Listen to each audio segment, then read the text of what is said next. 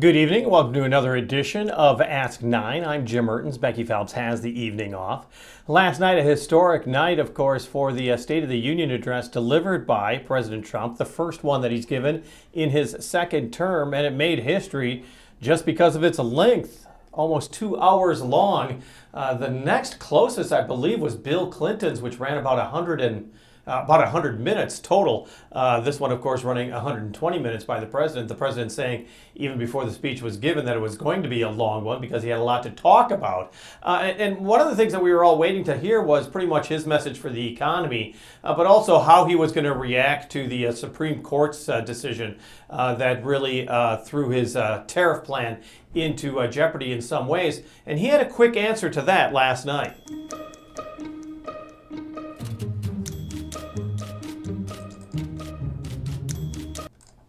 Knowing that the legal power that I, as president, have to make a new deal could be far worse for them, and therefore they will continue to work along the same successful path that we had negotiated before the Supreme Court's unfortunate involvement.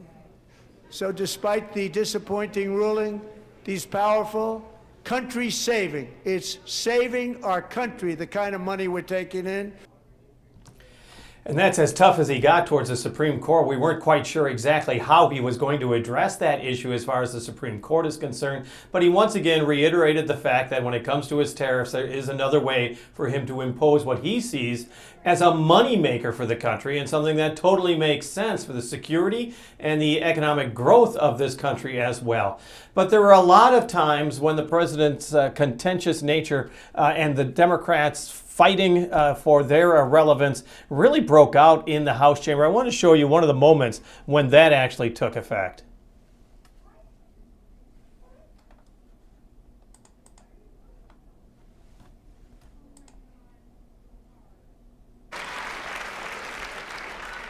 Isn't that a shame? You should be ashamed of yourself not standing up. You should be ashamed of yourself. That is why I'm also asking you to end deadly sanctuary cities that protect the criminals and enact serious penalties for public officials who block the removal of criminal aliens. In many cases, drug lords, murderers all over our country, they're blocking the removal of these people out of our country, and you should be ashamed of yourself. Yeah.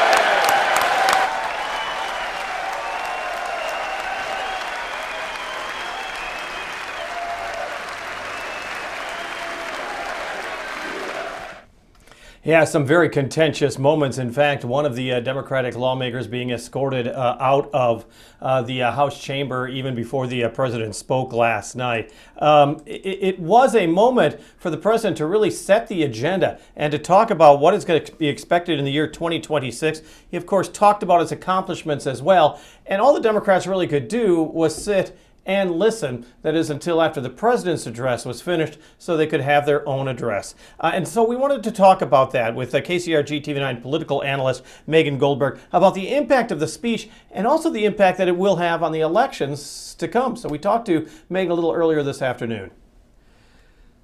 This was certainly a long speech, the longest in history, but the president said he was expecting it to be long because he had an awful lot to say. Yeah, so I think this broke a record for one of the longest States of the Union. There were lots of sort of things that are typical in the State of the Union, sort of introducing stories that are connected to policy proposals. But I think there was a little extra of that last night, and that certainly sort of stretched the time out with many invited guests to point out. But it was, it was indeed sort of lived up to that promise of being almost 2 hours long. Well, and I do want to talk about the guests and the stagecraft, but let's start with how you think the president did. And that can be measured on a number of different metrics. And I'll let you pick which one you want to go to first. Oh, that's a lot of pressure to pick. So I think that overall you can tell that the president felt that this was an important speech in terms of setting up really Republicans in Congress for the midterms, that the midterm elections are sort of really coming up very quickly on the horizon. And this is a chance to sort of frame some of the policies that the Trump administration has pursued and sort of preview some of the policies that are to come. That's really important because, the State of the Union is a chance for the president to have for, as we saw, almost 2 hours of time that's not interrupted by journalist questions. It's not interrupted for the most part by really anything. And the president can command a lot of attention. And so this is really an important opportunity to do that sort of agenda setting, but also credit claiming for the things that have happened and to craft a narrative to describe what the president has done and what the party has done. So I think that we really saw a president, adhering to those goals. And I think we can tell this was a little bit different, that Trump often strays from sort of a scripted speech. And this was much more, focused and on the message. And so in that respects, I think you can see the pressure the president feels and the pressure that the party is under going into the midterms. So who was the audience last night? Because you're giving raw meat in some ways to the base, the people that are going to support you no matter what. But oftentimes, the State of the Union is not only a time to point out your successes and your accomplishments, but also to unify a nation. Right. So I think that is a norm of State of the Unions, but I think we have sort of seen an erosion of that norm. I also think there are a lot of folks who sort of tuned out last night because they don't agree with Trump. You can sort of see there's a few polls that were out this morning about reactions, and one from CNN in particular. It's from a polling firm that has a nationally representative sample, but in polling just people who watch the State of the Union, I believe the sample was only like 18% Democratic. And I think that's because a lot of Democrats tuned out and will sort of catch coverage later. And that this was really a chance to appeal to and activate and mobilize Republican voters to sort of stress, because, and again, a lot of these policies were not necessarily pitched in a very broad, universal way, but really as victories for the Republican Party and with the sort of framing that I think the Republican base expects for these issues. Well, and we know the president is a brawler. I mean, he comes from New York real estate, of course, New York politics. And so you were expecting some elbows there. You were expecting some sharp words. Was the president sharper towards the Democrats than you thought? I think there was certainly a lot of language that I mean, I think it's sort of the norm for Trump, and that is very different than previous presidencies. If you sort of go back and watch other State of the Unions, there have been sharp words offered before. I mean, I think we saw Obama offer a sharp criticism of the Supreme Court after Citizens United decision. Of course, Trump had sharp words for the Supreme Court this time, who were not all in attendance.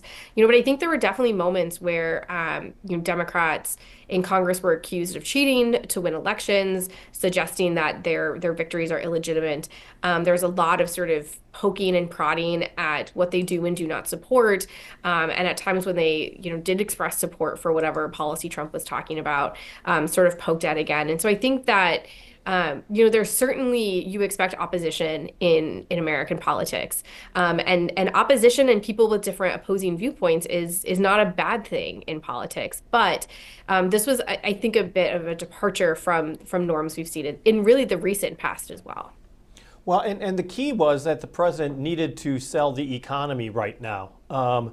That's where the polling number shows that he's very soft, because people do not think that they are necessarily that much better off. Did he sell it well? Because he really did make that the major point of at least the first hour of his speech. I think he focused a lot on the economy, but I think, strategically, it was a mistake to put it all at the beginning of the speech, because by the time you got to the end, really you're left with the impression that the speech was much more about immigration and about his attitudes towards certain groups in the U.S. that he feels are here legitimately or are sort of out to get the U.S. And the economic policy was, kind of forgotten for, I think, many viewers. We have a bias to remember the things that we just heard. So I think that was one strategic mistake. I also think that, he wanted to sell the economy, but he's got an upward battle there, because economic context right now is not good for the president. And obviously the sort of main piece of that is tariffs, which were just struck down by the Supreme Court. I think the other challenge is he laid out some vague policies, but also some policy ideas that are just not tenable. For example, replacing the income tax with tariffs. Tariffs bring in such a small proportion of revenue compared to income taxes. To raise tariffs to the level of meeting income taxes would be disastrous on the U.S. economy. And the tariffs that we've had have not been, there's a huge cost to American households, and the money is still coming out of the American consumers' pockets at the end of the day. So I think there was also, some continuation of Trump glossing over the cost of tariffs. We saw him refer to countries paying the tariffs, and that's not really how tariffs work as a policy.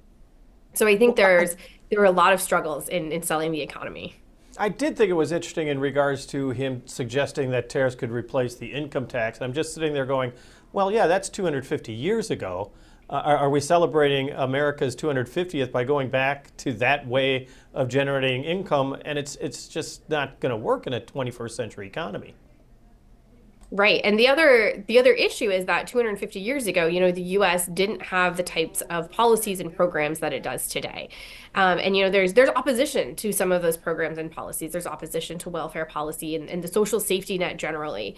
But there's a lot of government services we benefit from every day that people wouldn't want to have a cut, but would have to be cut if you got rid of the income tax and tried to replace it with tariffs. We're also a much bigger country, a much more diverse country, geographically larger. It's really not a fair point of comparison because the context is so different. Let's talk about the stagecraft from last night. I mean, I'm trying to remember if it started with Reagan or if it was even before that, where you point to somebody in the crowd, a guest, and that person is a representative of either a goal you have or something you accomplished. It really was used a lot. I don't want to say it was excessive, but it was used a lot last night. Right. And part of the reason to do this is that narratives strike much closer to home for most people. We remember information better when it's part of a story, and having these individuals lets you tell a story. And, in a lot of ways, it was Trump pointing out problems. Of course, there's, some of these stories, if you poke at them, they fall apart a little bit. But, I think that it also lets him point to a lot of examples for phenomenon that may not be as widespread as the Trump administration sort of paints them out to be. But when you have an example that's sort of in the audience, it's a little harder to you can visualize it, and it's harder to sort of argue against. Especially when we're talking about there was a great deal of stories that involved violence. And Trump has been focusing on this idea that he is a protector as the president, that he's going to protect people from violence, and that when there is violence, he's going to hold people accountable for it.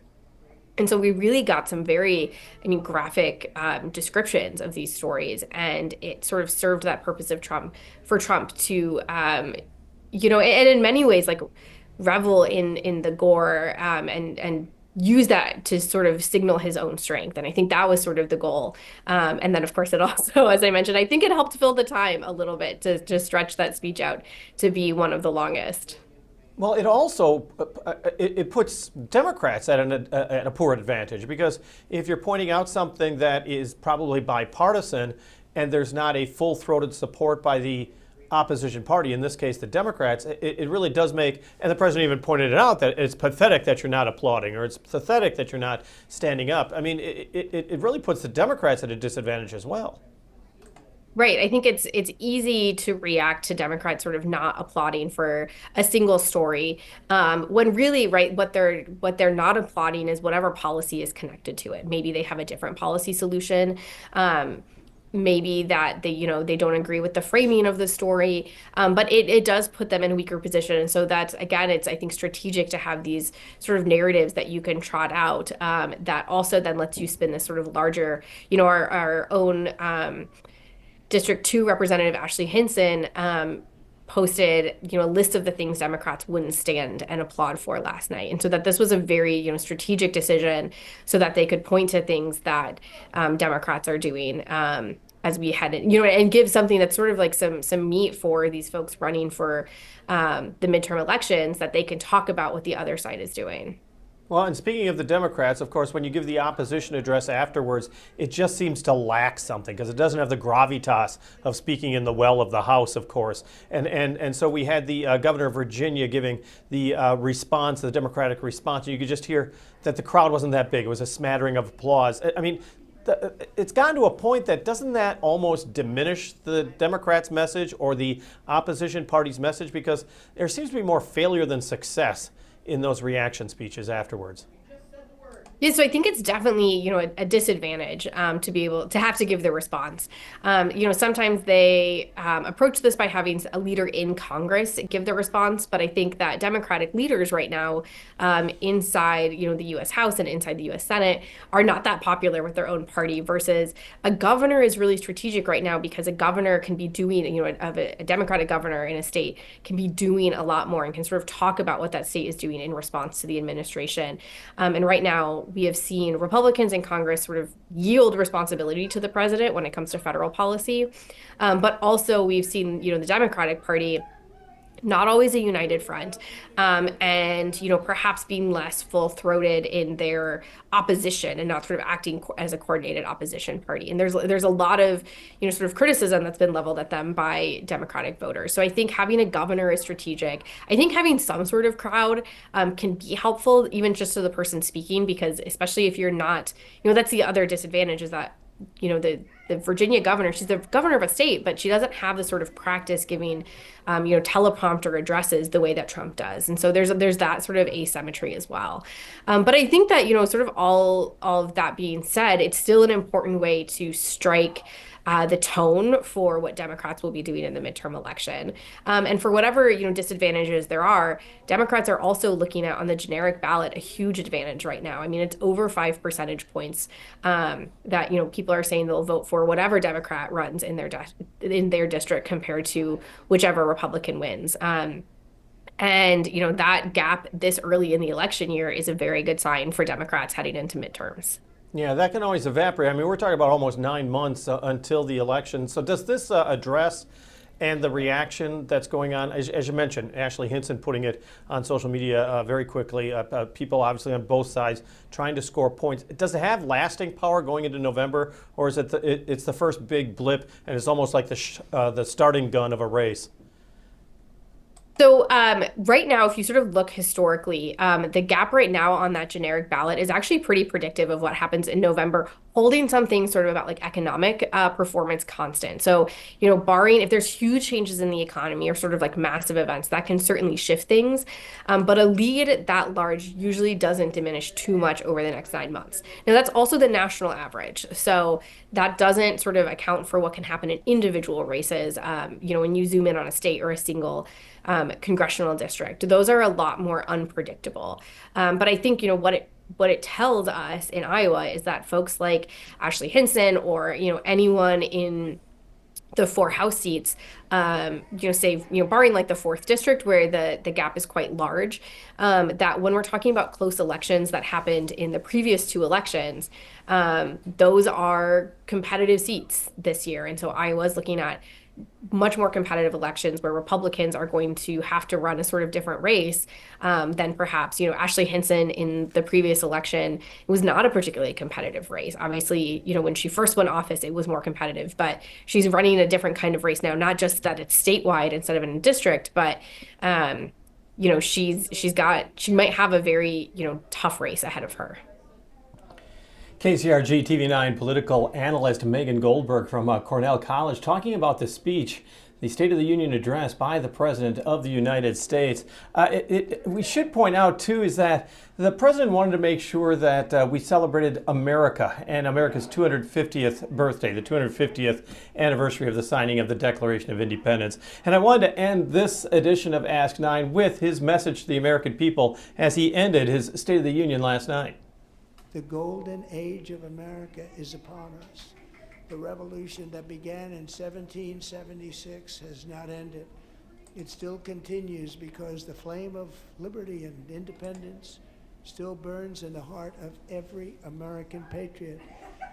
And our future will be bigger, better, brighter, bolder, and more glorious than ever before.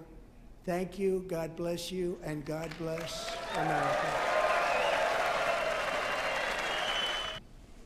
And thank you for joining us for this edition of Ask 9. As always, if you've got questions, just message KCRG on Facebook or email us.